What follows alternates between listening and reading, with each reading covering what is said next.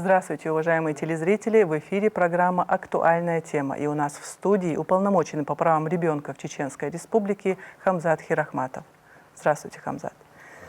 Дети символизируют надежду и будущее. Они являются источником огромной радости и любви. Это самая незащищенная часть общества, и их права должны оберегаться нами, взрослыми. Я думаю, вы со мной согласитесь, Хамзат? Да, конечно.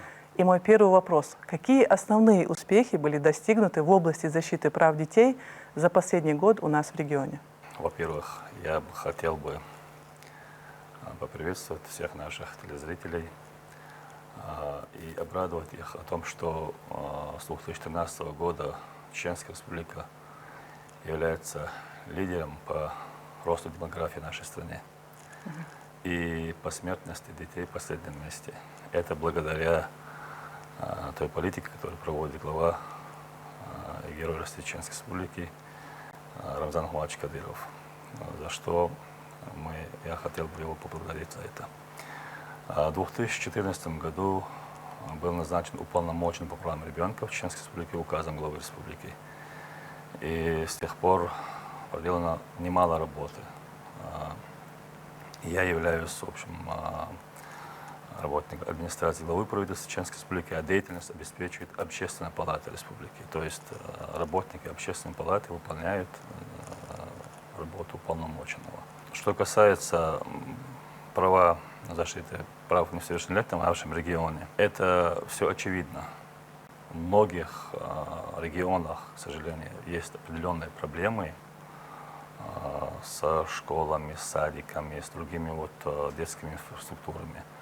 В нашей республике даже за последний год, если взять, за последний год более 27 школ построено.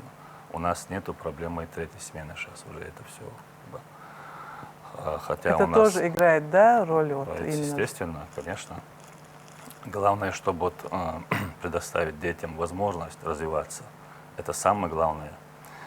И в городе Грозном самый не такой уж большой мегаполис, это достаточно развивающийся город, современный город. На каждом дворе устроены детские площадки, и детские садики, школы, спортивные разные учреждения. Это все показывает о том, что в нашем регионе соблюдает именно во благо детей мы создаем эти инфраструктуры. А какие меры предпринимаются для обеспечения безопасной и благополучной среды для детей в школах и на улицах? Во-первых, есть определенные мероприятия федерального уровня. Есть, примерно на год мы определяем карта действия «Безопасность детства». Это по поручению президента Российской Федерации Владимира Владимировича Путина. Нам ежегодно отправляют поручения по соблюдению прав детей именно по программе «Безопасность детства». И, соответственно, с другими органами государственной власти, Министерством внутренних дел, Министерством чрезвычайных положений, МЧСом и с другими органами у нас есть составлены соглашения. И в рамках этих соглашений по регламенту мы посещаем школы, те учреждения, которые дети учатся и развиваются. И там соблюдены все меры предосторожности, чтобы безопасность детства была на первом месте. Скажите, Хамзат, на сегодняшний день какие программы реализуются для поддержки детей с особыми потребностями и детей из социально уязвимых групп? Есть какие-то конкретные программы? Вы знаете, все поручения, все регламентирующие правовые нормы, которые должны соблюдать по федеральным законам, в нашей республике это соблюдаются. И более того, у нас есть такие социальные программы по поручению главы республики, которые сегодня выполняют, которые нет ни в одном регионе Российской Федерации. Это воссоединение семейных пар и установление порядка общения без судебных вмешательств. И в каждом районе, то есть глава района должен определить состояние семьи, примерно социальной категории граждан, и, соответственно, из республиканского бюджета, и особенно я хотел подчеркнуть именно фонд имени первого президента Алмазбека Кадырова, Даназов Абулойцун. Фонд регулярно помогает детям и взрослым, и таким социальным группам, которые находятся в нашем регионе. Есть какие-то программы, да, вот, или это какие-то разовые акции? Есть определенные программы. Это как бы регулярная уже вот налаженная такая вот системная работа, которой нет ни в одном регионе нашей страны, только кроме Чеченской Республики. Например, построено несколько, можно сказать, 100 домов. Воссоединено более 1000 семейных пар. Вот. Это за период существования? Конечно. Да? Ну, не только вот уполномочен по правам ребенка задействованы в эти программы. Есть Духовное управление мусульман, департамент с религиозными общественными организациями, уполномочен по правам человека и другие органы именно вот для того, чтобы выявить и помочь своевременно именно вот тем социальным группам, которые находятся в нужде.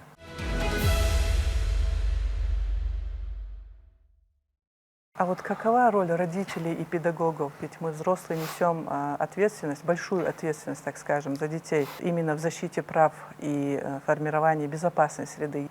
Родители должны довести до них обязанности, примерно, обязанности перед учителем, перед родителем, перед старшими. Вот направлено именно в эту сторону. Есть определенные примерно мероприятия, которые проводятся с детьми. Но, к сожалению, сегодня очень многие родители сами нарушают права своих детей. Это как происходит? К сожалению, у нас, хотя у нас нету в республике пьющих родителей или там дети, которые убегали из дома, примерно, вот таких проблем у нас нету, детских домов у нас нету, альхамдулилlah. Есть и другие проблемы, примерно, те, у которых наши многие соотечественники уехали в другие страны за счет 2 военных кампаний. У нас очень много вот диаспор проживают в Европе, в Западной Европе, в скандинавских странах. И там появляются очень серьезные проблемы. У нас, как мы выше упомянули, мы как бы детям в раннем возрасте даем как бы знать обязанности перед родителями. Вот когда родитель примерно кричал на ребенка, вот в таких случаях даже проверяют, холодильники приходят, если там нету соответствующей еды, они отбирают детей, разные социальные службы Западной Европы отбирают детей, да. И многие вот родители обращаются к нам. К сожалению, у нас абсолютно нет возможности посодействовать. Нельзя никак повлиять в этих проблемах примерно. Поэтому они, уехав в другие вот страны, попадают в совершенно другие правовые поля, и, соответственно, возникли проблемы с этой.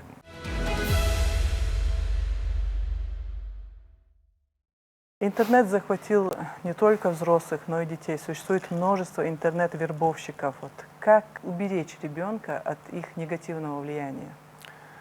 Вы знаете, это самый важный и основной вопрос, на мой взгляд. Вот наши дети растут, альхамдулилlah, растут они. К сожалению, родители уделяют очень мало времени, и они растут в интернете. Вот за последние годы примерно многие дети настолько вот увлеклись этими мультфильмами, разными играми примерно. Я сам смотрел вот эти мультфильмы, которые, знаю, вот разные вот мультигерои, которые сегодня существуют, там Человек-паук, Халк. Если спросить ребенка, показать фото своей дедушки и показать фото любых этих мультигероев, они сразу выберут этих мультигероев. А что происходит на самом деле? А что произошло в Ближнем Востоке? Это очень глобальная, скрытая война, которая проводится против нас. Мы должны обратить внимание, прежде чем, во что играют наши дети, и чем они питаются, и что они смотрят. Игры, допустим. Выходит молодой человек, лет 15-20, примерно, выходит, он сразу разбивает витрины, отбирает полицейского машины и стреляет во все стороны.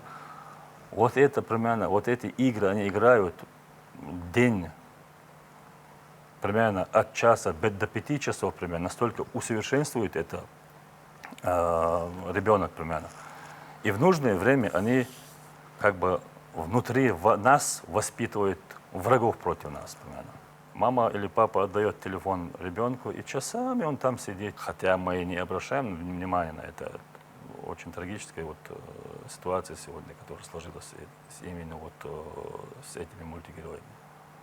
А вот как уберечь? Вот был у меня вопрос. Мы рассказали об этой проблеме. Как уберечь, можно, примерно, вы знаете, не покупать, да, вот нет. эти? Почему? Нет. Как? Например, есть такие китайские, примерно, японские, разные культуры, которые существуют несколько тысяч лет, и они сумели гармонично со современным миром внедрить в обществе этих разные подходы. На мой взгляд, что надо было сделать? А многие, к сожалению, путают мультипликационные герои с историческими героями. Это совершенно разные вещи. Примерно. Мультигерои, они мультигерои, которые есть специально режиссеры, которые примерно создают эти сказки, примерно, на основе этих преданий, сказок, на основе этих героев надо было создать именно герои, которые у нас есть в народе. У нас, примерно, у чеченского народа, у ингушского народа, у кавказских народов, примерно, есть определенные герои. Чем смотреть эти они, конечно, нужно готовить какой-то контент, да? Да, специально конечно. Сейчас уже позволяют примерно очень многие таких айтишников. Например, тот социальный проект сегодня выполняют в нашем регионе. Нигде в мире нету такого примерно. Воссоединение семейных пар. Если такой проект примерно был бы в других регионах, это по поручению главы республики в рамках концепции нравственного воспитания подрастающего поколения, этот социальный проект воссоединения семейных пар. Если это был бы в других регионах, например, в Татарстане или в Дагестане или в других регионах, там студенты написали бы чистые докторские защиты насчет этих тем примерно, а никто это не опубликует. Ни в газетах, ни в средствах массовой информации, ни студентов примерно, кто даже не знают многие. У нас есть блестящие молодые люди, которые окончили очень такие серьезные вузы, как сегодня их принято называть айтишниками, Пусть создают программы на основе наших героев.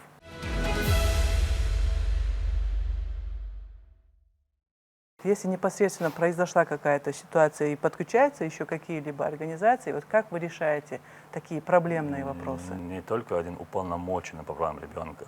Примерно, алхамдулиллах, у нас в республике более 500 тысяч детское население до 18 лет примерно.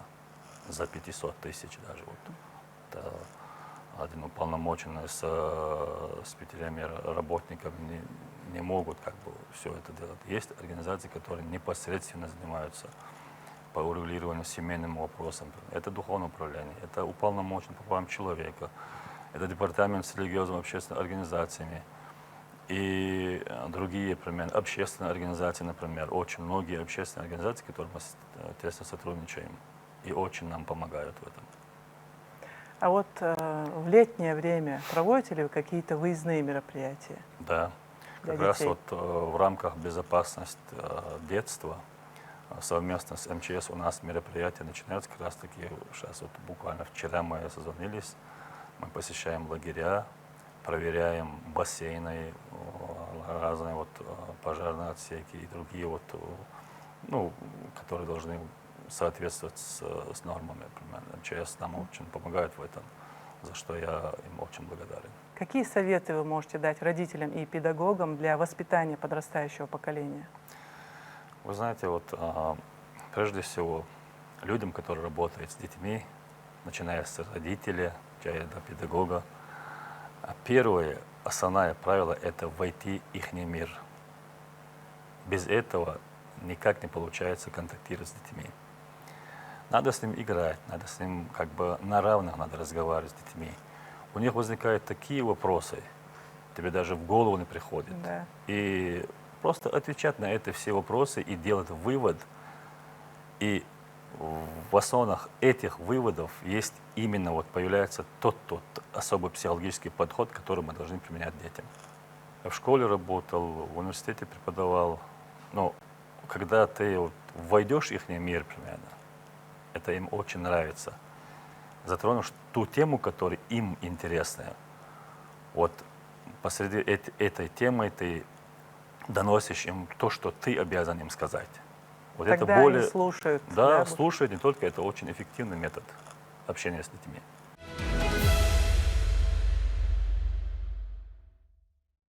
Как можно привлечь больше внимания обществу к проблемам детей и защите их прав? Мне кажется, что в первую очередь это воспитание детей.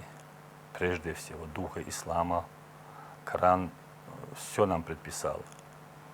И довести до них наши ценности. И в нашем регионе очень много работают над этим. Примерно с общественной организацией, с обществом очень много работы проводят разные органы. Примерно, и в школах, и в садиках, и в институтах. Примерно духовно-нравственное воспитание подрастающего поколения. У нас есть концепция, примерно по поручению главы республики уже действует. На основе этой концепции Департамент общественной и религиозной организации проводит огромнейшая работа, духовное управление проводит огромнейшая работа. Даже в мечетях, примерно у нас очень много молодежи в мечетях, примерно, касательно детских вопросов. Очень много вот таких вот, в последнее время особенно хочу подчеркнуть, есть такие вот проповеди, чтобы именно обратило внимание для подрастающего поколения. Это очень отрадно. Хамзат, вот скажите ваше личное мнение. Вот и вы, и мы росли, так скажем, без особого внимания родителей. Вот раньше поколение особо не было времени, чтобы как-то уделять им. И в то же время они воспитанными вырастали, соблюдали традиции, знали, как себя вести. А вот сейчас, вот что изменилось? Наоборот, больше времени. Изменилось то, что вот сейчас от переизбытка информации люди страдают, и дети особенно. Мы росли в той стране примерно. Ты читала книгу, и после этого я встал в очереди, чтобы читать эту книгу примерно. И были примерно вот какие-то такие дружеские отношения, играли вместе, играли разные игры были. Старшие рассказывали разные истории примерно, это слушалось. Это была информация для нас примерно, интересная была информация. А сейчас все примерно от переизбытка информации, как мы подчеркнули. Страдает детская психика. Совершенно верно. Просто нам надо это как бы с ним бороться. Напоследок, что бы вы пожелали детям в этот особенный день, День защиты детей? Прежде всего, я бы хотел пожелать нашим детям, и взрослым, и малым, мирного неба над головой. Мы все знаем, что такое война, и что сегодня происходит в Палестине, в других регионах нашего мира примерно. От разных больших политических событий до семейных конфликтов в конечном итоге страдают дети. Чтобы взрослые подумали о детях. Если сегодня мы своевременно будем защищать их права, завтра они будут защищать наши права. Желаю всем удачи. Спасибо вам, Хамзат, что пришли к нам и ответили на актуальные вопросы. Ну а нашим телезрителям я напоминаю, у нас в студии сегодня был уполномоченный по правам ребенка в Чеченской Республике Хамзат Хирахматов. Спасибо вам большое за внимание и до новых встреч.